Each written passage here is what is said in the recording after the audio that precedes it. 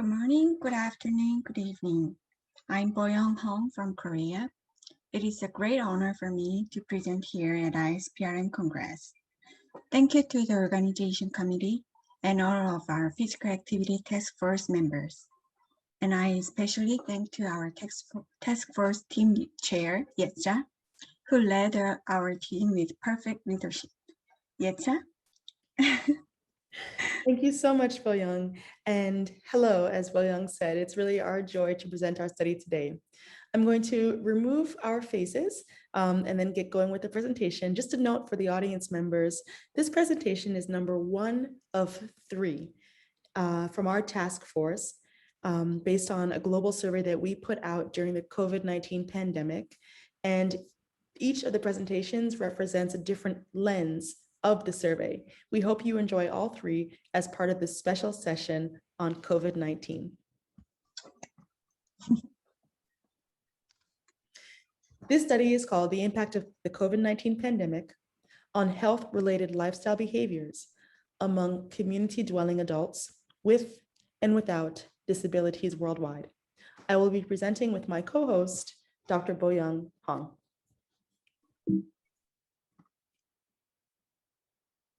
In this talk, we will share 5 things. First, background, the aims of the study, then methods, results, and discussion. Let's start with some background.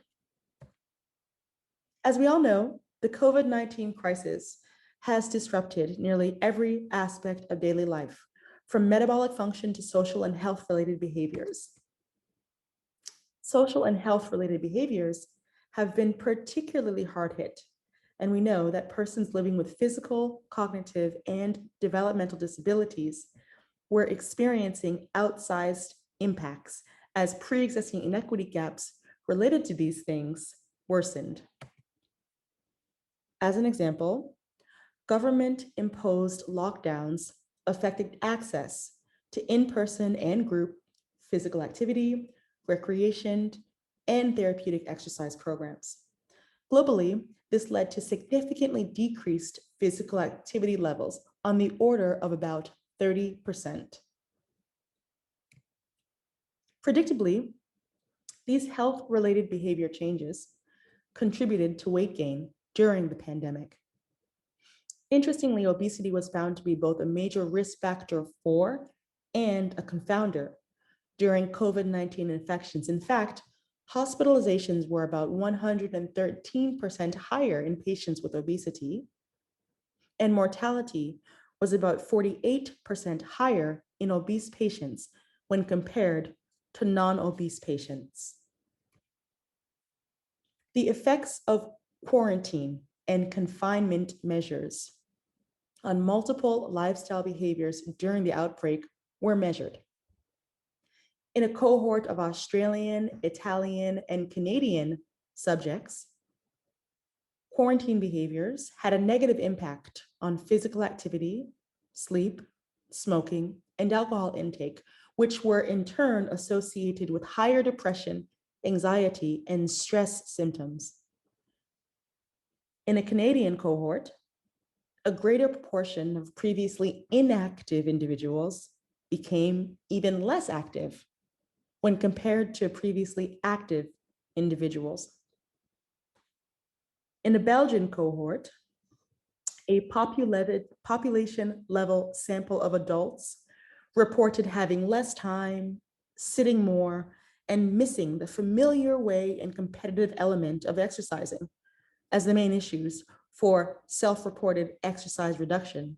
And finally, in France, even before home confinement measures were in place, the number of senior citizens attending group physical activity programs decreased. All these data are from able-bodied populations. Beyond health-related behaviors, COVID-19 has also been deadly, as shown by this global cumulative death map reported per 100,000 members of the population. As you can see, nearly every single country has been affected. COVID-19 represents a period of excess mortality, which is defined as the number of deaths from all causes during a crisis above and beyond what we would expect under normal conditions. The equation for excess mortality is shown, and as this New York Times article shows, there were 574,000 more deaths in the US than normal since COVID-19 set in. Now, appropriately, the sports and exercise medicine community responded with infographics like this, first showing the effect of COVID-19 on lifestyles, i.e. a reduction in physical activity and an increase in sitting time, then showing the benefits of physical activity, including cardiorespiratory fitness, mental health, and sleep quality, then showing various types of physical activity, from informal activity at home to formal exercise like strengthening exercises with yoga classes. Finally, the infographic ended with a tagline, "Move more and sit less." Unfortunately, persons with disabilities were not routinely included in educational models like these. We know that even before the pandemic, access to fitness through physical activity and recreation is often denied people who live with a disability.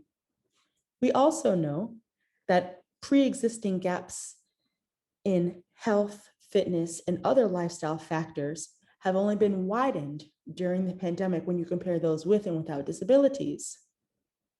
Therefore, for the over 1 billion people experiencing disability across the globe, the true impact of the pandemic on physical activity, physical inactivity, and sedentariness remains unknown. Thus, we arrive at our question. The aim of our study was to determine the impact of the coronavirus pandemic on perceived physical activity levels, healthy eating habits, sleep habits, tobacco consumption, and sedentariness in community-dwelling persons with and without disabilities. These were our methods. We did a cross-sectional online survey using descriptive, quantitative statistics for analysis. Population, community-dwelling adults with or without disabilities. Sampling strategy, we used social media group and social media organization posts, outpatient clinic distributions, and email blasts. We hoped to get at least 1,000 responses from all 6 WHO regions, and our survey was translated and disseminated in English, French, Spanish, Russian, Arabic, simplified Chinese, and Korean. Here are some of our results. First, in terms of demographic data collected, we sought to understand gender, age, country, education level, employment status, and underlying health conditions, i.e. chronic diseases. Regarding our disability-related data, we collected 2 factors. Number 1, current level of functioning as it related to body function. Shown on the screen are the 6 domains of body function. This is all according to ICF classification. Number 2, we asked about current level of functioning related to activities and participation. Shown on the screen are the 6 domains of activities and participation. Again, this is based on the ICF classification system.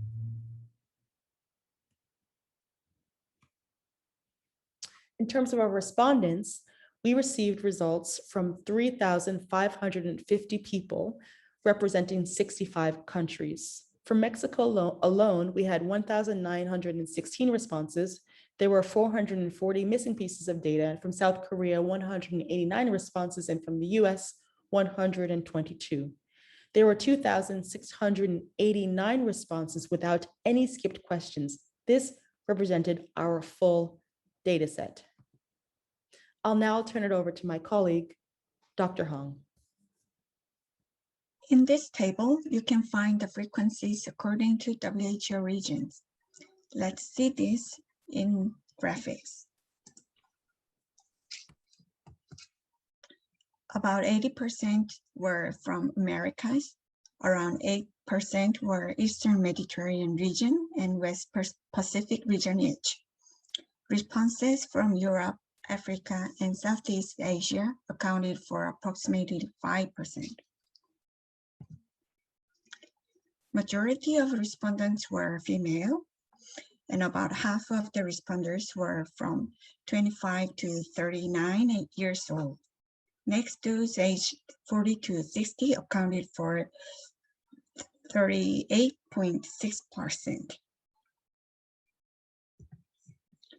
For the highest education, most of them were graduates from university and graduate schools, so many of the responders were highly educated.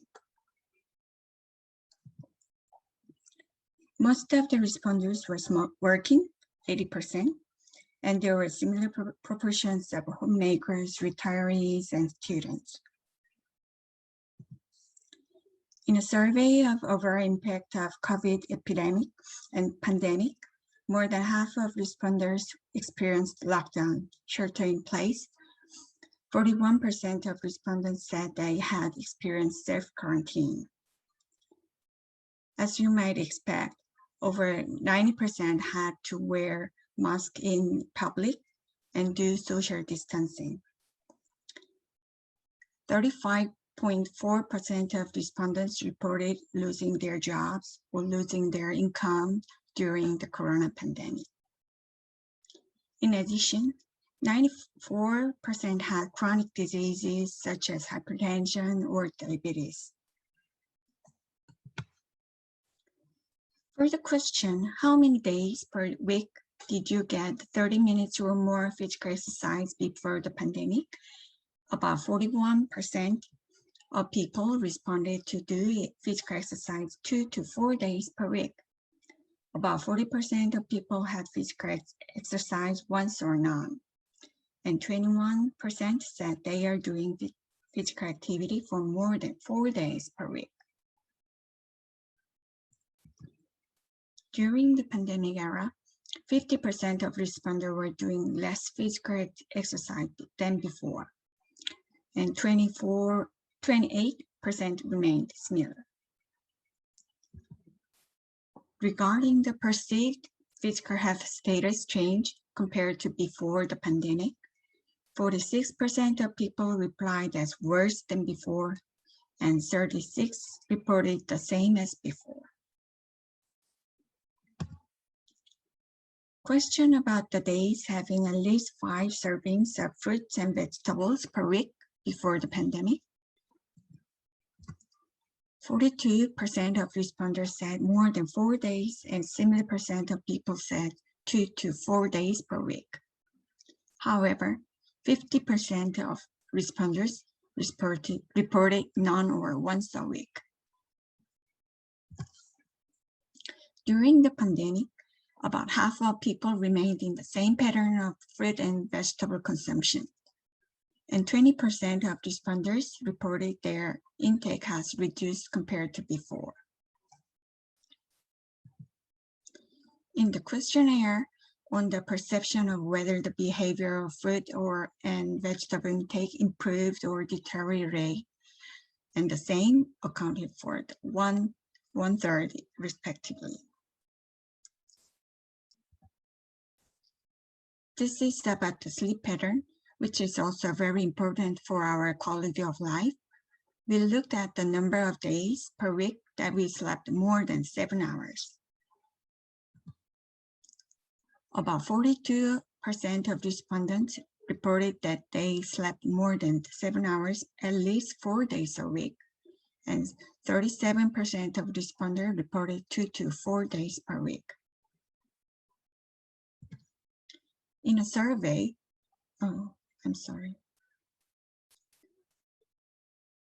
In a survey on whether sleep increased or decreased during the corona pandemic, 45% reported a decrease, and 1 in 3 reported the same. In a survey on perception of changes in mental health after the corona pandemic, about 70% reported that they were worsening or not healthy, and 26% people reported they are the same. Majority of responders were not smoking, and 90% had no change in their smoking pattern during the pandemic. Weight gain and loss each counted up for about half. According to the responses of the current level of functioning, we categorize not disabled, mild moderate disability, and severe disability groups. And we analyze the perceived physical exercise, mental health, and eating habits during the pandemic according to these groups. The first one is about physical health status. Here is a table, and the chi-square test showed a significant difference in proportions in each group. If you look at the pie graph, you can see the difference in proportions better. In the graph, improved are blue, remain the same are green, and worse are red. And with the post-hoc analysis, there were also significant statistical differences between the disabled and non-disabled groups, and the severely disabled and mild to moderate disabled groups. The second subject is about mental health status. This also showed significant differences in proportion in each group with the chi-square test. Can you see some difference in proportions between groups? Regarding mental health change perception, there was a significant difference between not disabled and mild moderate disability groups, and not disabled and severe disability groups. However, there was no significant difference between mild, moderate, and severe groups. The final one about the perceived eating habit change. This also has a significant difference in proportions in each group with the chi-square test. Regarding eating change perception, there was a significant difference between not disabled and mild moderate disability groups and not disabled and severe disability groups. However, there was no significant difference between mild, moderate, and severe groups, same as perceived mental health status.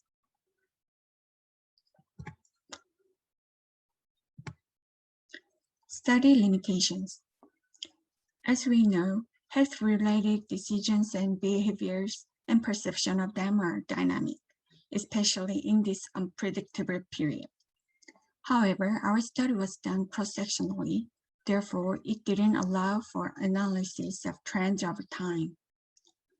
To study globally, our sampling strategy relied heavily on technology and Wi-Fi connectivity, so our responders were highly educated and technology savvy, potentially not representative of all the global population. Women outpaced men in terms of responsiveness. Unclear why, we don't know, but this led to an imbalanced data set. The last one is healthy eating may not correlate with increased fruit and vegetable intake in every context. In future, use of consistent wording will improve the survey. So this concludes the study results. Overall, the perceived health-related behaviors were worse in those with disabilities as compared to those without disabilities, and those perceptions worsened with increasing disability severity, especially when it came to physical health. So people's perceptions of their change in physical health was worse in those with disabilities related to activities and participation.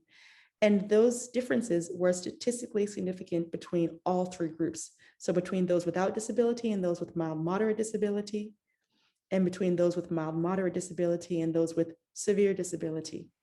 When it came to perceived mental health change and healthy eating habits change, there was a difference only between those without disabilities and those with disabilities. So this concludes our presentation. We're thankful for your kind attention. And yeah, thank you very much. Thank you very much.